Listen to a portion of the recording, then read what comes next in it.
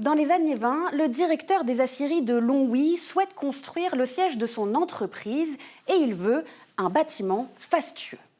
Aujourd'hui, dans les grands bureaux, on peut encore y admirer de magnifiques vitraux style art déco, l'œuvre de Louis Majorel, des vitraux miroirs de notre patrimoine industriel, aujourd'hui classés monuments historiques. Un reportage de Katia Schmitt et Pascal Thine. On est au milieu de nulle part et on se demande ce qu'on vient voir ici, au milieu de friches industrielles. On a quelques bâtiments qui datent encore de l'époque de la sidérurgie, mais ce qu'on est venu voir ici, c'est un trésor unique au monde. Ce sont les vitraux Majorel qui se situent dans un bâtiment un tout petit peu plus loin. Vous avez ce magnifique escalier qui a été réalisé par Majorel et nous retrouvons donc les vitraux qui se lisent comme une bande dessinée, 27 verrières réparties sur 4 niveaux. Nous allons commencer par la couverture de la bande dessinée qui se situe à l'entresol. On va retrouver deux dates, 1865 qui est l'installation des premières usines sidérurgiques dans le secteur, 1928 qui est la date d'inauguration de ce bâtiment. Pour illustrer les deux dates, vous retrouvez les hauts fourneaux d'époque, haut fourneau 1865 et le grand haut fourneau bleu qui monte jusque tout en haut, qui est le haut fourneau moderne de 1928. Alors ici, nous avons le fil rouge de l'ensemble des vitraux, c'est le petit train. Pourquoi le petit train? Puisque c'était le seul moyen de locomotion qu'on avait à l'intérieur des usines pour déplacer le matériel. On le retrouvera sur tous les niveaux.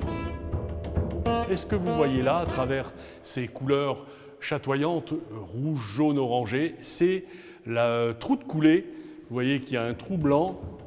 La fonte sort en fusion à plusieurs milliers de degrés.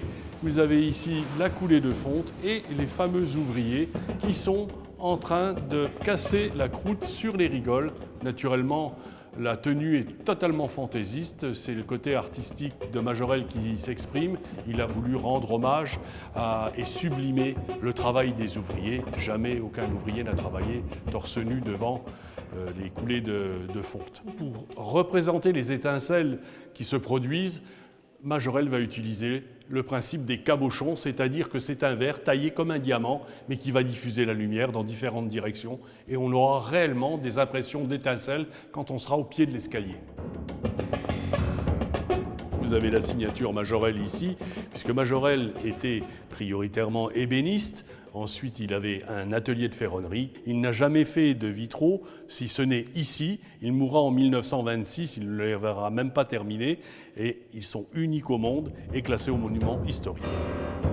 Il y a une émotion qui se dégage quand vous faites ces visites, par exemple, pour vous? Oui, surtout quand je retrouve d'anciens sidérurgistes qui viennent et qui me disent « c'est exactement ce que j'ai vécu ».